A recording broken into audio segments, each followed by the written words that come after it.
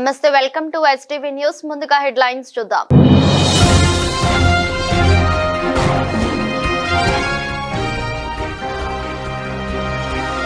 IT కంపెనీలకు నామమాత్రపు ధరలకే భూ కేటాయింపులు. మంత్రి లోకేష్ ప్రతిపాదనకు సీఎం అంగీకారం.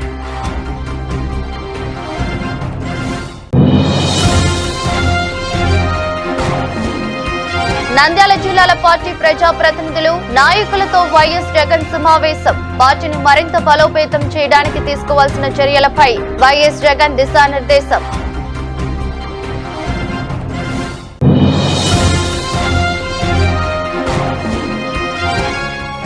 నేర స్వభావం ఉన్న వ్యక్తి రాజకీయాల్లో ఉంటే ఎవరికి భద్రత కావాలి?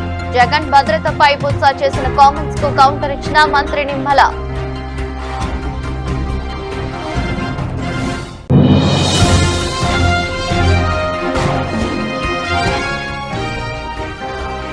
పది సూత్రాల దర్శన కథకు అనుగుణంగా కార్యాచరణ ముఖ్యం. పేదరిక నిర్మూలన కార్యక్రమాల అమల్లో అధికారులదే కీలక పాత్ర. రాష్ట్రానికి పెట్టుబడులు రావటం ఎంత ముఖ్యమో ఆ పెట్టుబడులు క్షేత్రస్థాయిలో కార్యరూపం దాల్చడం కూడా అంతే ముఖ్యమని సీఎం చంద్రబాబు నాయుడు అన్నారు. అనుకున్న సమయానికి ఆయా పరిశ్రమలు ఉత్పత్తి ప్రారంభించడం అవసరమని ముఖ్యమంత్రి అధికారులకు సూచించారు. ఏదైనా ప్రాజెక్టుకు ఆమోదం తెలిపినప్పుడే ఆ సంస్థ ఎప్పుడు ఉత్పత్తి ప్రారంభిస్తుందనే తేదీపై స్పష్టత తీసుకోవాలని చెప్పారు. ఆ తేదీకి అనుగుణంగా దశల వారీగా ప్రాజెక్టు పురోగతిని పర్యవేక్షించాలని స్పష్టం చేశారు. గురువారం సచివాలయంలో ముఖ్యమంత్రి అధ్యక్షతన 5వ SIPB సమావేశం జరిగింది. ఈ సమావేశంలో 16 సంస్థల పెట్టుబడులకు SIPB ఆమోదం తెలిపింది. INC, food processing, IT, energy తదితర రంగాల్లో పెట్టుబడులు వస్తున్నాయి. తాజా ప్రతిపాదనలతో 30,667 కోట్ల పెట్టుబడులు, 32,133 మందికి ఉద్యోగాలు రానున్నాయి. ఇప్పటి వరకు ఎన్ని సంస్థలు ఉత్పత్తి ప్రారంభించాయి, ఎంతమందికి ఉద్యోగాలు వచ్చాయనేది వివరణాత్మకంగా తదుపరి SIPB సమావేశంలో రిపోర్ట్ ఇవ్వాలని ముఖ్యమంత్రి అధికారులను ఆదేశించారు. ఏ సంస్థ ఎవరెవరికి ఉద్యోగం ఇచ్చిందనే వివరాలతో పోర్టల్ కూడా రూపొందించాలని స్పష్టం చేశారు. సమావేశంలో పాల్గొన్న IT and RD minister Lokesh IT కంపెనీలకు నామమాత్రపు ధరలకే భూమి కేటాయింపులు జరిపేలా చూడాలని ముఖ్యమంత్రిని కోరారు. భూములు తక్కువ ధరకు ఇవ్వటం ద్వారా మరిన్ని ఐటీ కంపెనీలను ఆకట్టుకునేందుకు అవకాశం ఉంటుందన్నారు. దీనిపై స్పందించిన ముఖ్యమంత్రి అందుకు తగ్గట్టు ఐటీ పాలసీని సవరించి తీసుకురావాల్సిందిగా సూచించారు. ప్రజలకు మంచి చేయడమే మంచి చేసి వారి గుండెల్లో స్థానం ఒక నాయకుడు పాలన చేయాలి. కాకుండా అధికారం ఉందనే దురహంకారంతో ప్రజలు, దేవుడు ఖచ్చితంగా మొట్టికాయ వేస్తారు. చంద్రబాబు వచ్చే ఎన్నికల్లో సింగిల్ డిజిట్ రాని పరిస్థితుల్లోకి వెళ్తారు అని వైఎస్ఆర్ అధ్యక్షుడు మాజీ సీఎం వైఎస్ పేర్కొన్నారు. ఏపీ, తమిళనాడు ప్రజలు వన్డేగా ఇచ్చే తీర్పులు చూసాం. ఈ ప్రజలు తంతే ఆ పక్కన పెడతారు. చంద్రబాబు భయపెట్టే ప్రయత్నాలు ఎక్కువ చేస్తాడు. కాబట్టి మనం అప్రమత్తంగా ఐక్యంగా ఉండాలని వైఎస్ఆర్సీపీ శ్రేణులకు సూచించారు. గురువారం తాడేపల్లిలోని వైఎస్ఆర్సీపీ కేంద్ర కార్యాలయంలో కర్నూలు, నంద్యాల జిల్లాల పార్టీ స్థానిక సంస్థల ప్రజాప్రతినిధులు, ముఖ్య నాయకులతో వైఎస్ జగన్ సమావేశమయ్యారు. పార్టీ జడ్పీటీసీలు, ఎంపీటీసీలు, ఎంపీపీలు, మేయర్, కార్పొరేటర్లు, మున్సిపల్ చైర్మన్లు, వైస్ చైర్మన్లు, పార్టీ మండల అధ్యక్షులు, ఎమ్మెల్యే, ఎమ్మెల్సీలు, జిల్లా అధ్యక్షులు, నియోజకవర్గ ఇన్ఛార్జితో పాటు పార్టీ ముఖ్య నాయకులు దీనికి హాజరయ్యారు. పార్టీని మరింత బలోపేతం చేయడానికి తీసుకోవాల్సిన చర్యలపై వైఎస్ జగన్ దిశానిర్దేశం చేశారు. రామగిరిలో ఉప ఎన్నిక జరిగింది. మరి 9 గెలిచిన వైఎస్ఆర్సీపీ గెలుస్తుందా? కేవలం ఒకటి గెలిచిన తెలుగుదేశం పార్టీ గెలుస్తుందా? ఎవరికైనా అర్థమవుతుంది 9 గెలిచిన వైఎస్ఆర్సీపీనే ఆ ఉప ఎన్నికల్లో గెలుస్తుంది అని. కానీ ఆ ఎన్నికల్లో ఆ రిజల్ట్ను తారుమారు చేసేందుకు ఏకంగా పోలీస్ ప్రొటెక్షన్తో ఎంపీటీసీలు ప్రయాణం చేయాల్సి వచ్చింది. మా ప్రాణాలకు ముప్పు ఉంది, మాకు భద్రత కల్పించని కోర్టుకు పోతే కోర్టు పోలీసు భద్రతతో వారిని ఎలక్షన్ హాల్లోకి తీసుకొని పోమని చెప్తే ఈ పోలీసులు ఎంత అన్యాయంగా తయారయ్యారంటే పోలీసులే ఈ ఎంపీటీసీలను బెదిరించే కార్యక్రమాలు సాక్షాత్తు పోలీసులే చేపట్టారు. రామగిరికి సంబంధించిన అదే మండలానికి సంబంధించిన SI వీళ్ళ వెహికల్లో ఎక్కుతాడు. ఎక్కి ఈ ప్రతి ఎంపీటీసీలతోనూ వీడియో కాల్తో ఆ పక్క ఎమ్మెల్యేతోనూ ఎమ్మెల్యే కొడుకుతోనూ మాట్లాడిస్తారు. వాళ్ళు భయపడిస్తారు. మీ ఇంట్లో మీ అమ్మ, మీ నాయన ఇంటికి రావాలంటే ఖచ్చితంగా ఎంపీటీసీ ఎలక్షన్లలో వాళ్లకు అనుకూలంగా ఓటేస్తేనే జరుగుతుందని బెదిరిస్తారు. అయినా కూడా మన ఎంపీటీసీలు ఎక్కడా కూడా తలగ్గల. తలగొకపోయేసరికి ఎలక్షన్ టైం దాటిపోయేదాకా వాళ్ళని తిప్పుతూ ఎంపీడీఓ కార్యాలయానికి తీసుకొని పోకుండా కోరం లేదని ఎన్నిక వాయిదా. తర్వాత వాళ్ళందరినీ పెనుగొండకు తీసుకుపోయారు. అక్కడికి తీసుకుని పోయి అక్కడ వాళ్ళందరినీ బైండ్ ఓవర్ చేసే కార్యక్రమం వీళ్ళు చేస్తారు.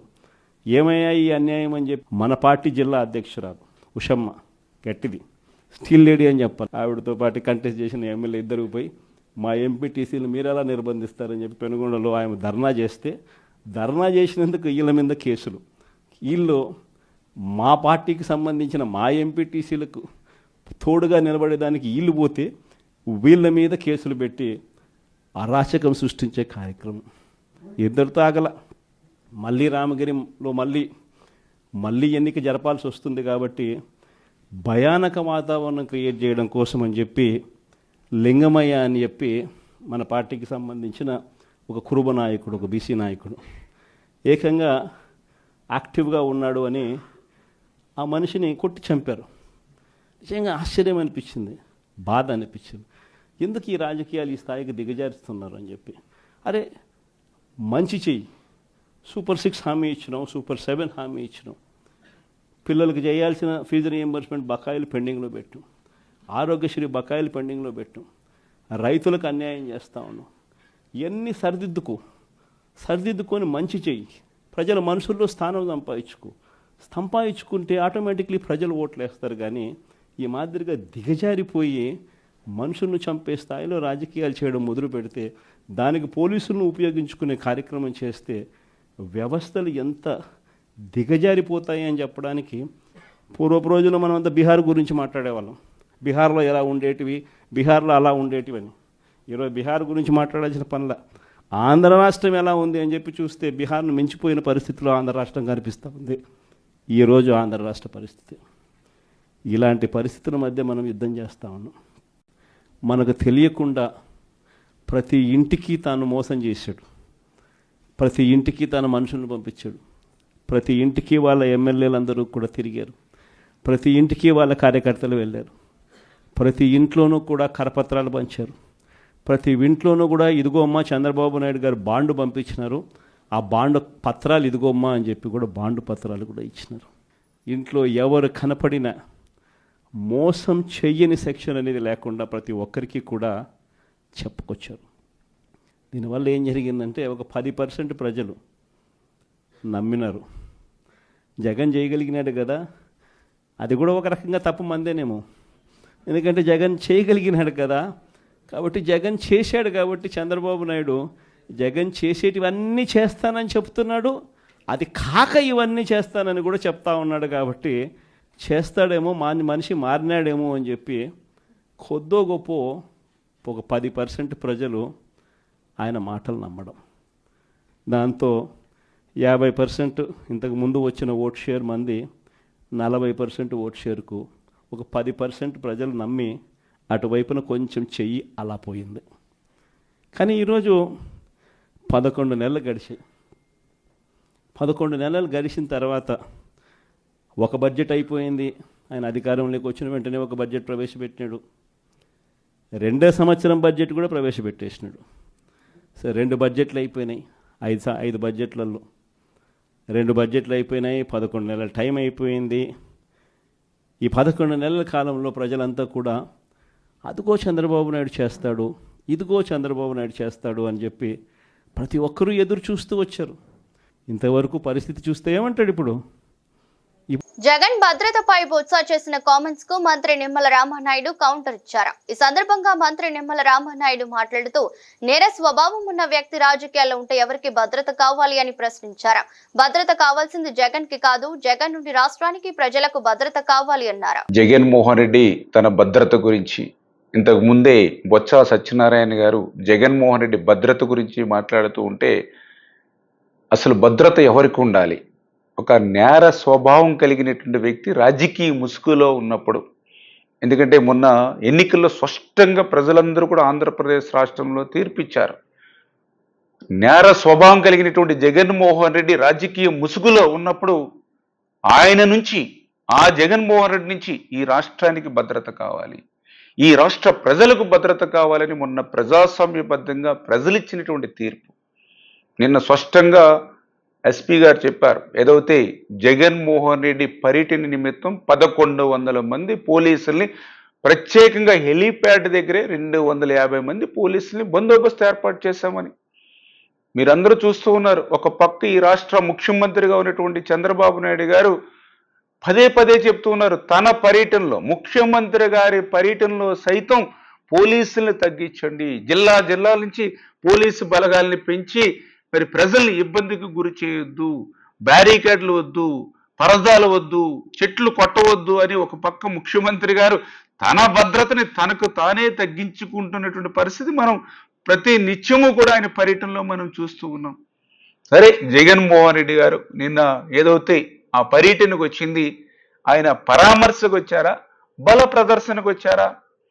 ఎందుకంటే నిన్న వీడియోస్లో అన్నిట్లో కూడా మనం చూసాం, ఏదైతే వైఎస్ఆర్సీపీ నాయకులు అడుగడుగున కూడా డబ్బులు పంచుతూ పేదరిక నిర్మూలన కార్యక్రమాల అమల్లో అధికారులదే కీలక పాత్రని, రాష్ట్రాన్ని బలమైన ఆర్థిక వ్యవస్థగా మార్చాలనే ప్రభుత్వ లక్ష్యంలో భాగంగా ప్రభుత్వం రూపొందించిన స్వర్ణాంధ్ర 2047 విజన్ డాక్యుమెంట్ లోనే 10 మార్గదర్శక సూత్రాలను సాధించడంలో అధికారులు భాగస్వాములు కావాలని జిల్లా ప్రత్యేక అధికారిని జి జయలక్ష్మి అన్నారు.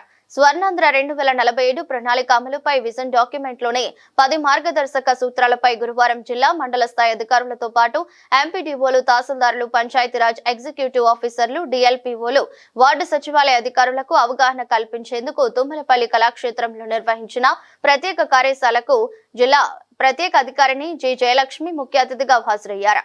ఈ సందర్భంగా ఆమె మాట్లాడుతూ స్వర్ణాంధ్ర 2047 లక్ష్య సాధనలో అధికారులు కీలక పాత్ర పోషిస్తూ నిర్దేశించిన లక్ష్యాలను చేరుకోవాలన్నారు. రాష్ట్ర ముఖ్యమంత్రి నారా చంద్రబాబు నాయుడు భవిష్యత్తును దృష్టిలో పెట్టుకుని ప్రతిష్టాత్మకంగా రూపొందించిన స్వర్ణాంధ్ర 2047 విజన్ డాక్యుమెంట్ అమలులో అధికారులు నాయకత్వ బాధ్యతలతో రథసారథులు కావాలన్నారు. స్థానికంగా అందుబాటులో ఉన్న వనరులను సద్వినియోగం చేసుకుని ప్రణాళికాబద్ధంగా అభివృద్ధిలో భాగస్వాములు కావాలన్నారు. గ్రామ మండల స్థాయిలో నిర్దేశించుకున్న లక్ష్యాల మేరకు ముందుకు సాగాలన్నారు. వ్యవసాయ పారిశ్రామిక రంగాలలో సరికొత్త నూతన ఆవిష్కరణలతో రోల్ మోడల్ గా నిలుస్తున్న వారిని ఆదర్శంగా తీసుకుని ప్రోత్సహించాలన్నారు. బలైన వర్గాల జనాభాకు అండగా నిలిచేందుకు ప్రభుత్వం సంక్షేమ కార్యక్రమాలను అమలు చేస్తుందని, సమాజంలో జీరో పావర్టీని సాధించడానికి అధికారుల అంకిత భావం అవసరమన్నారు. ప్రజలలో దాన స్ఫూర్తిని వినియోగించుకునే ప్రభుత్వం ప్రైవేట్ పబ్లిక్ పీపుల్స్ భాగస్వామ్యంతో P4 విధానానికి శ్రీకారం చుట్టడం జరిగిందన్నారు. రాబోయే 5 సంవత్సరాలలో పేదరికాన్ని నిర్మూలించాలన్న లక్ష్యాన్ని విజయవంతం చేసేందుకు గ్రామీణ మండల జిల్లా స్థాయిలో ప్రజలను కీలక భాగస్వాములను చేసేందుకు అధికారులు కృషి చేయాలన్నారు. ఆర్థికంగా సంపన్న కుటుంబాలు, నిస్సహాయ కుటుంబాలను దత్తత తీసుకుని వారి సమగ్రాభివృద్ధికి దోహదం చేసేలా చర్యలు తీసుకోవాలని ప్రత్యేక అధికారిని జయలక్ష్మి కోరారు. టాయిలెట్స్, ట్యాప్ వాటర్, పవర్ ఎంతమందికి ఉంది, ఎంతమందికి లేదు, సోలార్ రూఫ్ ఎంతమందికి ఉంది, ఎంతమందికి లేదు, అలాగే గ్యాస్ కనెక్షన్, అలాగే ఇంటర్నెట్ కనెక్షన్, ఇది ప్రతి సచివాలయానికి రెడీ ఉండాలి. కనిపిస్తా ఉంది అందరికీ, కనిపించిన వాళ్ళు రాసుకోండి. కనిపించిన వాళ్ళు 7 houses, toilets, tap water, power, solar roof, gas and internet connection. ఇవి ఇండివిజువల్ లెవెల్ గ్యాప్స్ ఇన్ని సచివాలయం. అలాగే కమ్యూనిటీ లెవెల్ గ్యాప్స్లో సీసీ రోడ్స్ ఎన్ని ఉన్నాయి, ఎంత ఇంకా గ్యాప్ ఉంది, డ్రైనేజ్ ఎన్ని కిలోమీటర్ ఉంది, ఎన్ని కిలోమీటర్ లేదు, స్ట్రీట్ లైట్స్ ఎన్ని ఉన్నాయి, ఎన్ని లేదు, సాలిడ్ వేస్ట్ మేనేజ్మెంట్ అంటే డోర్ టు డోర్ కలెక్షన్ జరుగుతూ ఉందా లేదా అనేది, లేదంటే అది చేయాల్సి ఉంటుంది. అలాగే liquid waste management, under ground drainage బేసికల్ ఎంత ఉంది, ఎంత లేదు. ఇప్పుడు సోప్ పిట్స్ అని పెడుతున్నాము. This is called gap analysis సచివాలయం వైజ్. అలాగే సచివాలయం వైజ్ ఒకటి ఎకనామిక్ డెవలప్మెంట్ ప్లాన్ కూడా చేయాలి. Again your economic development plan సచివాలయం విల్ బి అగైన్ ఇది compiled at the mandal and district level. Next ఒకటి స్క్రీన్ షాట్ ఉంది చూడు, ఆ టేబుల్ ఉంది చూడు పెద్దది. ఇప్పుడు మీకు ఒక ప్లాన్ అనేది జిల్లా స్థాయిలో మీ డిస్ట్రిక్ట్ ఆఫీసర్స్ అందరూ కూడా వేయటం జరిగింది. And most of it planning department has converted in to figures. So ఎక్కడ జిల్లా ఉంది, ఎక్కడ మనము నెక్స్ట్ టార్గెట్ ఉండాలా అన్నదికి బ్రాడ్లీ చూస్తే మనము ఈ జిల్లాలో ఉన్న కాంట్రిబ్యూషన్ ఎక్కడ నుంచి ఎక్కువ వస్తుందంటే దాదాపు 12-13% అగ్రికల్చర్ సెక్టార్ నుంచి, ఒక 20% ఇండస్ట్రీ సెక్టార్ నుంచి, మిగిలిన 66-67% వచ్చి other service sector.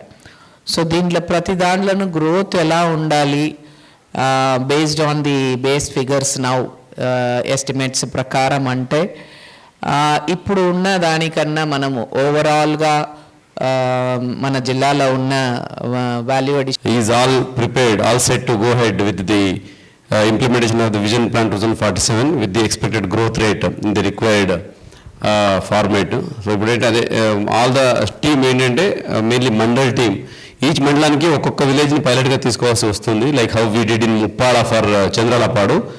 Each MPDOs you select one గ్రామ పంచాయతీ కాదు, again I'm telling it is sachivalayam as unit. Okay, sachivalayam as యూనిట్గా తీయాలి. ఇప్పుడు ఆల్రెడీ బంగారు కుటుంబాల లిస్టు వచ్చింది. టోటల్ నాకు 98,000 బంగారు కుటుంబాలు డిసైడ్ చేశారు. దాంట్లో ఫీల్డ్కి వేస్తే కుటుంబాలు కొన్ని తగ్గుతాయి బికాస్ ఆఫ్ వేరియస్ రీజన్స్. వాళ్ళకి ఇష్టం లేకుండా కొంతమంది రారు. ఇప్పుడు 38 మందికి ఓన్లీ 41 మంది మిగిలారు చివరికి. ఆ బంగారు కుటుంబాలకి కూడా స్పెసిఫిక్ ప్లాన్ చేయాలి, అది సపరేట్ వర్క్షాప్లో మాట్లాడుకుందాము. బట్ ఫస్ట్లో మీరు చేయాల్సింది ఏంటంటే ఏదైతే ఇప్పుడు స్క్రీన్ మీద పెట్టానో ఈ ఇమేజ్ మీకు అందరికీ ఎంపీడీఎస్ గ్రూప్లో వస్తుంది. Intern send it to the సచివాలయం సెక్రటరీస్ ఆల్సో. మీ మండలంలో ఒక్క సచివాలయానికి ఇటువంటి ప్లాన్ చేసి మీరు ప్రజెంట్ చేయాల్సి ఉంటుంది. నెక్స్ట్ వర్క్షాప్ మండల వైజ్ పెట్టినప్పుడు you have to present. So ఇది ఒకసారి దయచేసి చూసుకోండి. ఒక సచివాలయాన్ని మీరు ఎకనామిక్ డెవలప్మెంట్ ప్లాన్ చేశాక దెన్ అది ఎంటైర్ మండలానికి స్కేలప్ చేయడానికి ఈచ్ విలేజెస్ ఎలా చేయాలని దట్ సచివాలయం team will be acting as a trainer of trainers for all the Sachivalayams. So this is the action plan. Please be prepared accordingly. Thank you very much, madam, and thank you the professors and the experts for being here. And now I request Jayalakshmi madam garu to felicitate our experts for their presence here and giving valuable guidance to our entire team. So meanwhile, lunch to please come forward.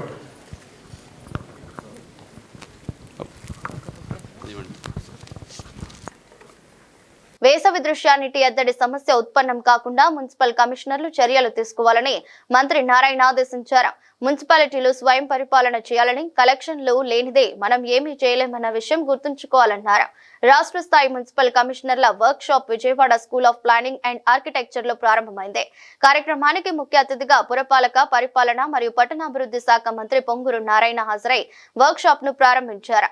అనంతరం మాట్లాడుతూ 2014-19 మధ్యలో under అసెస్మెంట్లు regularise చేయలేదని, అప్పట్లో రాష్ట్ర ఖజానా బాగానే ఉండేదన్నారు. ప్రతి వారం కలెక్షన్ గురించి నేను అడుగుతూనే ఉంటానని, ట్యాక్సులు కట్టకపోతే కరెంటు కట్ చేస్తామని స్పష్టం చేశారు. సాలిడ్ వేస్ట్ మేనేజ్మెంట్ చాలా అవసరమని, స్వచ్ఛాంధ్ర మున్సిపాలిటీలు 50-50 విధానంలో మెషిన్లు కొనాలని సూచించారు. రాబోయే రోజుల్లో అంతా మెకనైజ్డ్ విధానాలే ఉంటాయని చెప్పారు. కుక్కలకు వ్యాక్సినేషన్ పూర్తి స్థాయిలో జరగాలని, గుంటూరులో చిన్న పిల్లాడి మరణం చాలా దారుణమన్నారు. ప్రిన్సిపల్ సెక్రటరీ సురేష్ మాట్లాడుతూ వర్క్ షాప్ లో ఇచ్చే విధానాల ఆధారంగా మున్సిపల్ కమిషన్ల రివ్యూ జరుగుతుందని చెప్పారు. నగర జనాభా ఎప్పటికప్పుడు పెరుగుతుందని, ఆస్తి పన్ను వసూలు చేయడం ప్రధాన టార్గెట్ అన్నారు. వసూలు చేసిన ఆస్తి పన్ను ఆయా మున్సిపాలిటీలే వినియోగించుకోవచ్చని, మార్చి 30 నాటికి 80% పైగా రెవెన్యూ కలెక్షన్ ఉండాలని ఆదేశించారు. Municipal administration and urban development Shri Ponguru Narayana garu, all my colleagues, heads of the departments, all the regional directors, municipal commissioners and all other officers who are participating in this workshop. ఇప్పుడు మనకు యాక్చువల్లీ మార్నింగ్ సెషన్లో CM గారి దగ్గర ఒక meeting ఉంది కాబట్టి నేను minister గారు వెళ్ళాల్సి ఉంటుంది కాబట్టి బ్రీఫ్గా నేను మినిస్టర్ గారు మాట్లాడి వెళ్ళడం జరుగుతుంది. తర్వాత సీఎం గారి మీటింగ్ అయిన తర్వాత we will be coming back and spending more time with you. అసలు introduction I would only like to take a few points. ఒకటి, ఈరోజు మీటింగ్ అనేది కేవలం ఒక డిపార్ట్మెంటల్ రివ్యూ మీటింగ్ కాదు, ఇది this is a mission briefing. ఈరోజు మీరు అందరినీ ఇక్కడికి పిలిపించింది మీరు ఏం చేశారు అని మున్సిపాలిటీ వారీగా రివ్యూ చేసి లెక్కలు పెట్టుకోవడానికి కాదు. మనం నెక్స్ట్ 1 yearలో ఏం చేయబోతున్నామనేది, మన ఆంధ్ర రాష్ట్రంలో ఉన్న నగరాల్లో ఏం కార్యక్రమాలు మనం చేయబోతున్నామని దానికి సంబంధించిన ఒక మిషన్ బ్రీఫింగ్ ఇది. సో మీకు దీనికి సంబంధించిన అన్ని పాయింట్స్ కూడా, priority items along with the KPIs ప్రతి ఒక్క HOD కూడా ప్రిపేర్ చేయడం జరిగింది. అది ఇందాక CDMA గారు చెప్పినట్టుగా మీకు ఆ నోట్స్ అవన్నీ కూడా QR కోడ్ ద్వారా యాక్సెస్ చేసుకోండి, చదవండి. కేవలం ఏదో ఇచ్చిన కాగితాలు బ్యాగ్లో పెట్టుకుని వెళ్ళిపోవడానికి కాదు. You have to read each one of them because I will come back to you. ఈ నెక్స్ట్ 1 yearలో ఈరోజు ఏదైతే మీకు ఇస్తున్నామో దీని మీద ఆధారపడి మీరు చేసిన కార్యక్రమాలను రివ్యూ చేయడం జరుగుతుంది. నెంబర్ 1. ఇది ఇంపార్టెన్స్ ఏంటంటే ఈరోజు మన స్టేట్లో 30% కంటే ఎక్కువ మంది జనాలు నగర ప్రాంతాల్లో ఉన్నారు. ఆల్మోస్ట్ 1.5 crore పీపుల్ ఇప్పటికే ఉన్నాయి. ఇంకొక 10-15 yearsలో ఇది ఆల్మోస్ట్ 2.5 crore పెరుగుతుంది. ఎందుకంటే నగరంలో జనాభా రేట్ అనేది, అంటే ఓవరాల్ స్టేట్లో పాపులేషన్ గ్రోత్ స్టాగ్నేట్ అయినప్పటికీ కూడా నగరంలో జనాభా పెరుగుతుంది.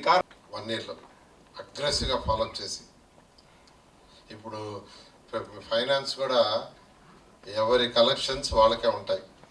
సీఎం గారు నేను రిక్వెస్ట్ చేస్తే సార్ మనం ఎవరి కలెక్షన్స్ వాళ్ళకి ఇవ్వకుండా ఉంటే వాళ్ళ దగ్గర టీ కాఫీలకి డీజిల్కి కూడా డబ్బులు ఇబ్బంది పడుతున్నారు అంటే ఆయన అర్థం చేసుకొని యాక్చువల్ ఫైనాన్స్ డిపార్ట్మెంట్కి ఇన్స్ట్రక్షన్ ఇచ్చారు. రాష్ట్ర ప్రజల తరఫున ముఖ్యమంత్రి గారికి ప్రత్యేక ధన్యవాదాలు తెలియజేస్తున్నాను. అందువల్ల నేను కూడా ఇన్ని రోజులు ప్రెషర్ పెట్టింది ఎందుకంటే మీ దగ్గర సరిగా అమౌంట్ లేనందువల్ల సిఎఫ్ఎంఎస్లో ఉండటం వల్ల నేను కాన్ఫరెన్స్లో కూడా తీసుకోవాలా. ఇప్పుడు డబ్బులు మీ దగ్గర ఉంటుంటాయి కాబట్టి చిన్నవి డాగ్స్ స్టెరిలైజేషన్ అది 200 days ప్రోగ్రామ్ పెట్టాం. 200 daysలో కంప్లీట్ చేయాలి. You give high priority for that. తర్వాత అదేవిధంగా డీసిల్టేషన్, డ్రైన్స్లో చెత్తని క్లీన్ చేయటం అది చాలా ఇంపార్టెంట్. అది 4 monthsకో 5 monthsకో 6 monthsకో ఒకసారి దాని మీద స్పెషల్ డే పెట్టాల్సిందిగా రిక్వెస్ట్ చేస్తున్నా. కొన్ని సిటీస్లో సమ్మర్ వచ్చేసింది. సమ్మర్ వాటర్ ప్రాబ్లం రాకుండా బిందులు మహిళలు తెచ్చి రోడ్లో పెట్టకుండా చూడండి. బిందులు తెచ్చి రోడ్లో పెట్టి ఆ టీవీలో అట్లా రాకుండా చూడాల్సిందిగా అందరిని రిక్వెస్ట్ చేస్తున్నాను. అదేవిధంగా ఇప్పుడే సెక్రటరీ గారు చెప్పారు ఇదొక మిషన్ బ్రీఫింగ్ కోసంగా చేస్తామని. అందువల్ల నేను అందరినీ ఒకటే రిక్వెస్ట్ చేసేది మరొకసారి మీతో డీటెయిల్గా డిస్కస్ చేస్తా. అన్నా క్యాంటీన్ ఒకటి రెగ్యులర్గా విజిట్ చేయండి. సీఎం గారు చాలా పర్టికులర్గా నిన్న కూడా దాని మీద చెప్పడం జరిగింది. దాని మీద మీరు స్పెషల్ ఫోకస్ పెట్టండి. ఎందుకంటే అన్నా క్యాంటీన్స్ చేసేది వాళ్ళు మంచి ఫుడ్ చేస్తున్నారు. అప్పుడప్పుడు చిన్న ప్రాబ్లమ్స్ వస్తున్నాయి. సాటిస్ఫాక్షన్ లెవెల్ 80 to 90 అంతేనా? 80 ఉంటుంది.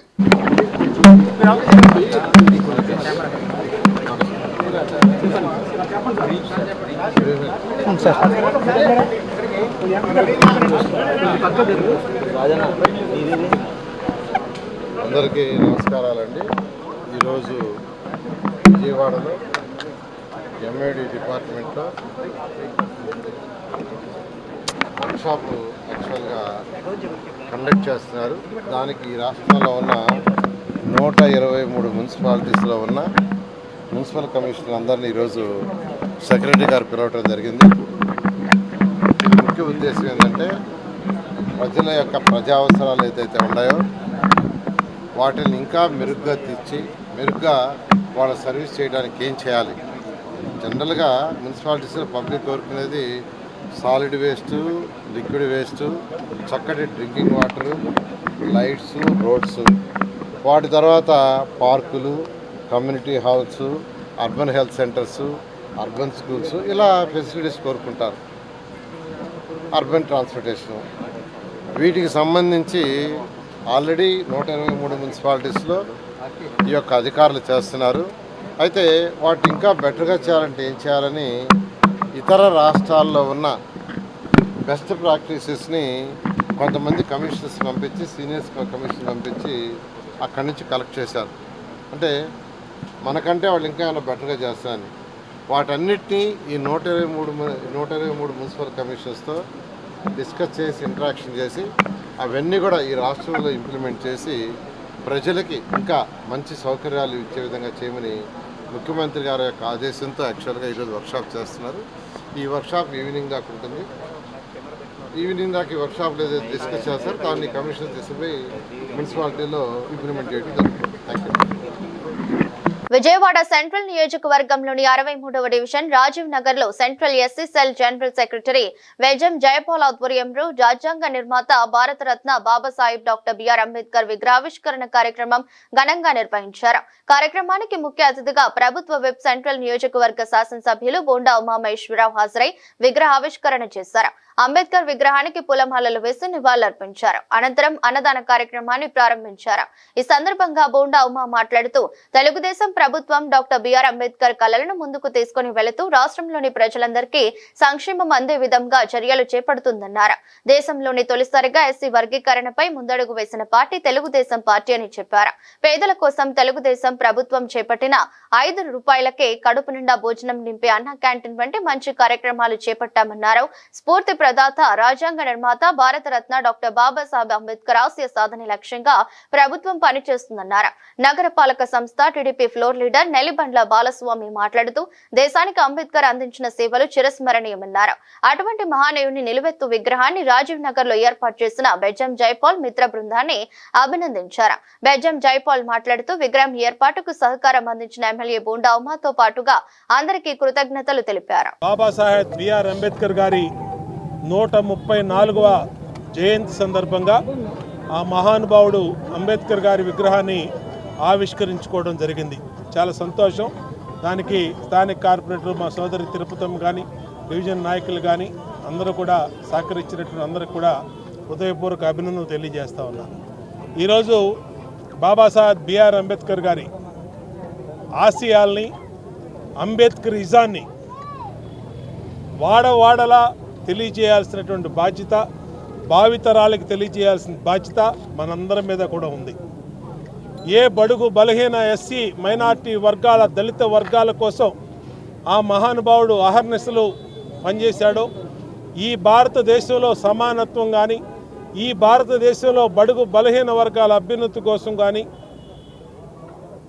140 కోట్ల భారత ప్రజల కోసం ఆ మహానుభావుడు రచించినటువంటి రాజ్యాంగం ఇవాళ ప్రపంచంలోనే అతిపెద్ద ప్రజాస్వామ్య వ్యవస్థగా భారతదేశం ముందుకెళ్తుందంటే ఆ మహానుభావుడు బిఆర్ అంబేద్కర్ గారు చేసినటువంటి కృషి మరవలేవని ఈ భారత జాతి ఆ మహానుభావుడికి ఎప్పుడు రుణపడి ఉంటుందని ఈ సందర్భంగా తెలియజేస్తా ఉన్నాను. ఇవాళ తెలుగుదేశం ప్రభుత్వం, తెలుగుదేశం పార్టీ అంబేద్కరిజాన్ని ఆచరిస్తూ అంబేద్కర్ ఆశయాలకు అనుగుణంగా పేదరికం లేని సమాజం చూస్తమే లక్ష్యంగా ఈ ప్రభుత్వం అహర్నిశలు చంద్రబాబు నాయుడు నాయకత్వంలో ముందుకెళ్తా ఉందని ఈ సందర్భంగా గుర్తు చేస్తూ ఉన్నాను. ఖచ్చితంగా ఆ మహానుభావుడు అంబేద్కర్ గారు కానీ, అలాగే బాబు జగజ్జీవన్ రావు కానీ ఏ పేద వర్గాల కోసం, ఎస్సీ వర్గాల కోసం, దళిత వర్గాల కోసం కలలు కన్నారో ఆ కలలు నెరవేర్చే విధంగా ముందుకెళ్తాం. ప్రజాస్వామ్యంలో మరి పేదరికం లేని సమాజం చూస్తమే లక్ష్యంగా ముఖ్యంగా ఎస్సీ మైనార్టీ బీసీ వర్గాల కోసం అహర్నిశలు వాళ్ళ అభ్యున్నతి కోసం పనిచేస్తామని తెలియజేసుకుంటూ ఆ మహానుభావుడు విగ్రహాలు ప్రతి చోట్ల పెట్టాలి. ప్రతి చోట్ల ఆ మహానుభావుడిని చూడంగానే ఆయన ఆశయాలని గుర్తు తెచ్చుకొని దాన్ని భవిష్యత్తులో ముందుకెళ్లే విధంగా, రాబోయే తరాలకు చెప్పే విధంగా అందరూ కూడా పనిచేయాలని తెలియజేసుకుంటూ ఆ మహానుభావుడికి తెలుగుదేశం పార్టీ ఈ నియోజకవర్గ శాసనసభ్యుడిగా మరొకసారి ఘన నివాళులు అర్పిస్తూ సెలవు తీసుకుంటాం.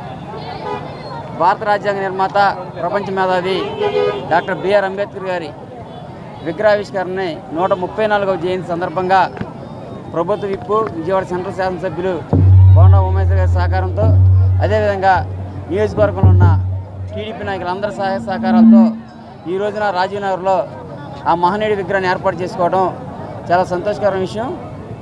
ఆ మహనీయుడి ఆశయ సాధన కోసం ఆయన అడుగుజాడల్లో నడుస్తూ నిత్యం ఆయన మననం చేసుకుంటూ ఆ మహనీయుని అడుగుజాడల్లో నడుస్తూ సమాజంలో ముందుకెళ్ళాలని, అదేవిధంగా అట్టడుగు వర్గాల నుంచి చదువుకొని ప్రపంచ స్థాయిలో గుర్తింపు పొంది ఈ రోజున ప్రపంచ విజ్ఞాన దినోత్సవంగా డాక్టర్ బాబాసాహెబ్ అంబేద్కర్ గారి జయంతిని ఐక్యరాజ్య సమితి గుర్తించి ప్రపంచ విజ్ఞాన దినోత్సవంగా ఆ మహనీయుడి జన్మదినోత్సవాన్ని ప్రకటించడం భారతీయులందరికీ కూడా మనందరం గర్వించాల్సిన విషయమని ఈ సందర్భంగా గుర్తు చేస్తూ, ఆ మహనీయుడి అడుగుజాడల్లో చదువుకుంటే ఎలాంటి ప్రయోజనాలు ఉంటాయనేది మీ అందరికీ తెలియజేయడానికి కోసం, అదేవిధంగా ఆ మహనీయుడి విగ్రహాన్ని చూసినప్పుడల్లా చదువు యొక్క గొప్పతనం తెలిసిద్దని, దాన్ని నుంచి స్ఫూర్తి పొంది విద్యార్థి దశ నుంచే సమాజం పట్ల, సొసైటీకి ఏ విధంగా ఉపయోగపడాలి అనే అంశం ద్వారా ఎలా ముందుకెళ్ళాలని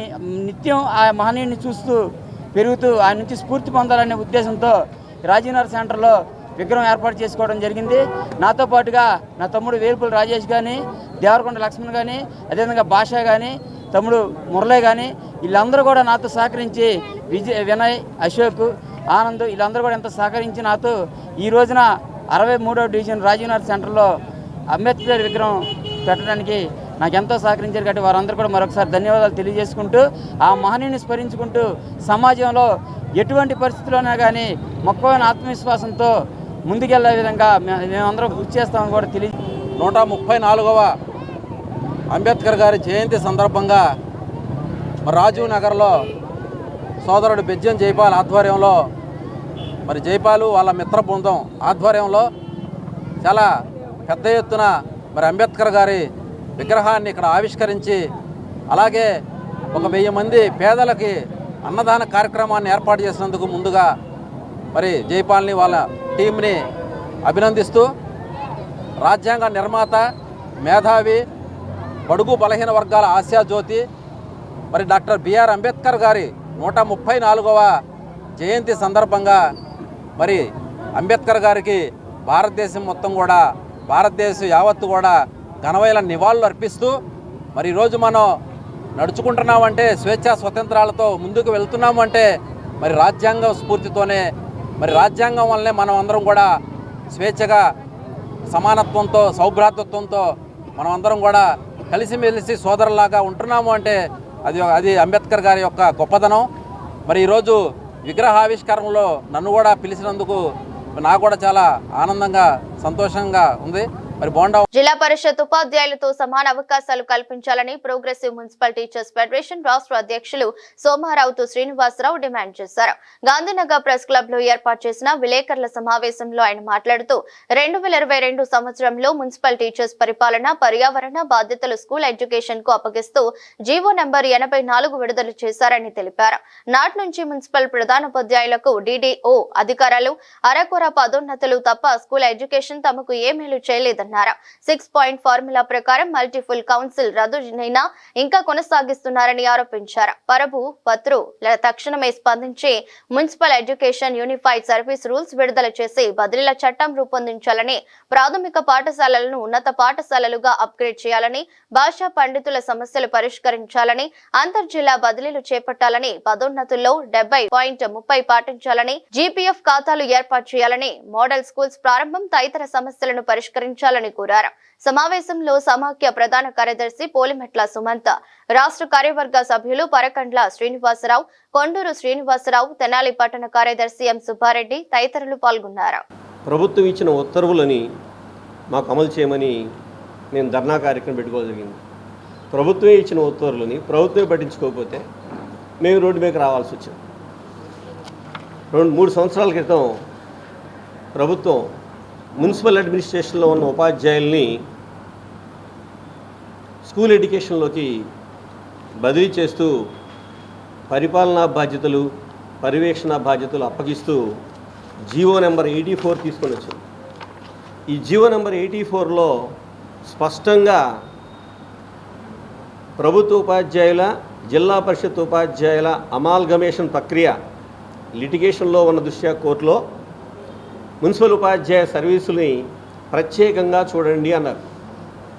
కానీ వర్క్ అడ్జస్ట్మెంట్ పేరుతో మున్సిపల్ ఉపాధ్యాయుల్ని జిల్లా పరిషత్కు, జిల్లా పరిషత్ ఉపాధ్యాయుల్ని మున్సిపాలిటీకి వర్క్ అడ్జస్ట్మెంట్ చేసేస్తున్నారు.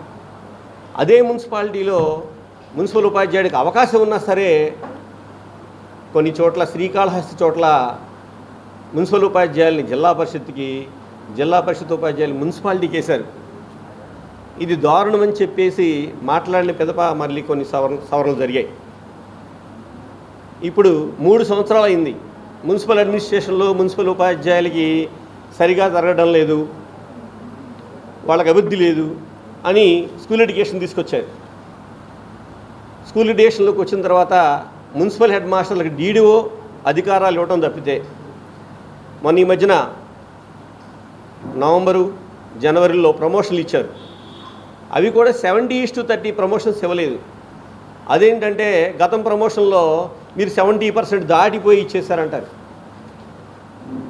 అయిపోయినాయి కదా, ఇవాళ ఉన్న వేకెన్సీస్లో 70:30 ఇవ్వాలి కదా అంటే ఎవరు? ఒక జిల్లాలో అయితే PSHMs పక్కన పెట్టేసేసారు. పక్కన పెట్టేసి యూనియన్ నాయకులు వెళ్ళి మా వాడికి చిలకూరుపేటలో ప్రమోషన్ ఇవ్వండి అనగానే అతనికి ఇచ్చారు. అంటే ప్రమోషన్స్ కూడా ఒక షెడ్యూల్ ఇచ్చి ప్రమోషన్ ఇచ్చేటప్పుడు అందరికీ TSHMs, maths, school assistants, English assistants, PS assistants ఇవ్వాలి కదా వరుసనే. అలా కాకుండా కొన్ని ఆపటం.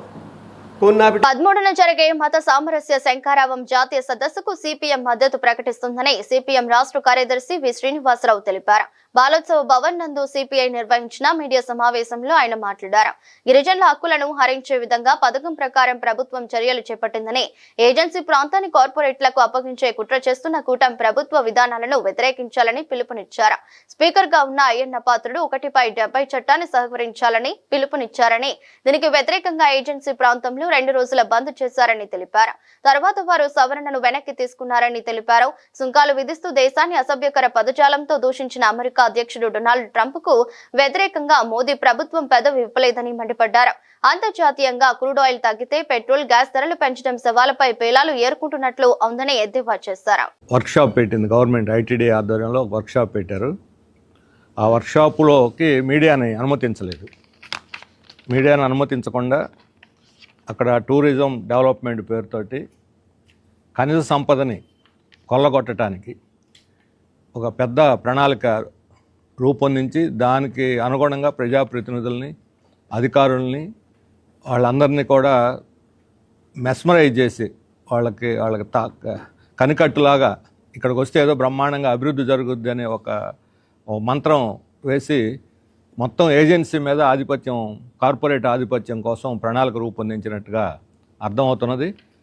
అక్కడ ఆ వర్క్షాపు అయిపోయిన తర్వాత వాళ్ళు నిర్దిష్టమైన ప్రతిపాదనలు చేయకుండా ప్రజాప్రతినిధుల చేతనే, తెలుగుదేశం ఎమ్మెల్యేల చేతనే ప్రతిపాదనలు చేయించి దానికి అనుగుణంగా ప్రజాభిప్రాయాన్ని మలచడానికి ఒక పెద్ద కుట్ర జరుగుతుంది. ఆ నోటు ఇక్కడ టూరిజం అభివృద్ధి, మినీ పరిశ్రమల ఏర్పాటు, ఖనిజ సంపద అభివృద్ధి. అంటే అభివృద్ధి, టూరిజం మాటున ఖనిజ సంపదని దోచుకోవటానికే అసలు మొత్తం ఎత్తుగడ అంతా అనేది మనకి అర్థమవుతుంది. గతంలో అనేక సార్లు గిరిజనులు ఈ ఖనిజ సంపదని దోచుకోవటానికి కార్పొరేట్ కంపెనీలు వచ్చినప్పుడు బాక్సైట్ కానీ ఇతర మైనింగ్ వీటన్నిటిలో కూడా తీవ్రమైనటువంటి ప్రతిఘటన, చాలా పెద్ద ఎత్తున ప్రతిఘటన చేసిన తర్వాత ప్రభుత్వం వెనక్కి తగ్గింది.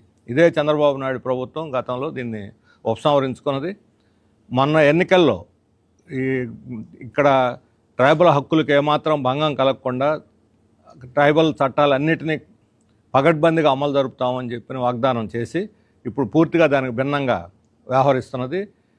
ఇది ఏజెన్సీని పూర్తిగా కార్పొరేట్ పరం చేయడానికి ఉద్దేశించబడినటువంటి ఒక పెద్ద కుట్ర జరుగుతున్నది ఏజెన్సీలు అనేది అర్థమవుతున్నది. ఇప్పటికే రకరకాలైనటువంటి పేర్లతోటి అర్బన్ నక్సల్స్ అని, కగార్ ఆపరేషన్ అని చెప్పి ప్రజల మీద, అమాయకుల మీద పోలీసులను ఉపయోగించి అల్లూరు సీతారామరాజు జిల్లాని రోదర్ఫర్డ్ జిల్లాగా మార్చడానికి ఒక గట్టి ప్రయత్నం ప్రభుత్వం చేస్తూ ఉంది. దీన్ని మేము పూర్తిగా వ్యతిరేకిస్తాం. ఈ రకమైనటువంటి అండర్ హ్యాండ్లో ఒక చాప కింద నీరులాగా మొత్తం గిరిజనుల యొక్క ఉనికిని దెబ్బకొట్టి కార్పొరేట్ ఆధిపత్యంలోకి ఈ ఏజెన్సీని తీసుకురావడానికి జరుగుతున్నటువంటి ఈ ప్రయత్నాన్ని తిరస్కరించి ప్రతిఘటించాలని చెప్పి. వార్తలు ముగించే ముందు మరోసారి హెడ్లైన్స్.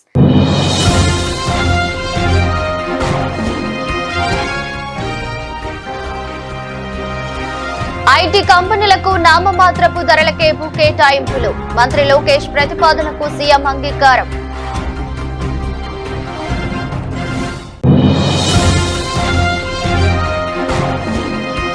నంద్యాల జిల్లాల పార్టీ ప్రజాప్రతినిధులు, నాయకులతో వైఎస్ జగన్ సమావేశం. పార్టీని మరింత బలోపేతం చేయడానికి తీసుకోవాల్సిన చర్యలపై వైఎస్ జగన్ దిశానిర్దేశం.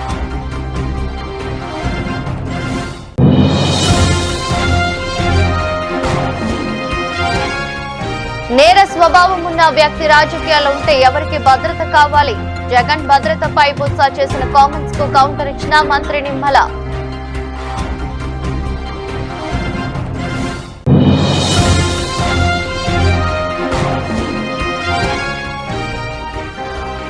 పది సూత్రాల దర్శన కథకు అనుగుణంగా కార్యాచరణ ముఖ్యం. పేదరిక నిర్మూలన కార్యక్రమాల అమల్లో అధికారులదే కీలక పాత్ర. ఇది రెస్ట్ బులెటిన్. మరో బులెటిన్లో మళ్ళీ కలుద్దాం. అంతవరకు సెలవు. నమస్కారం.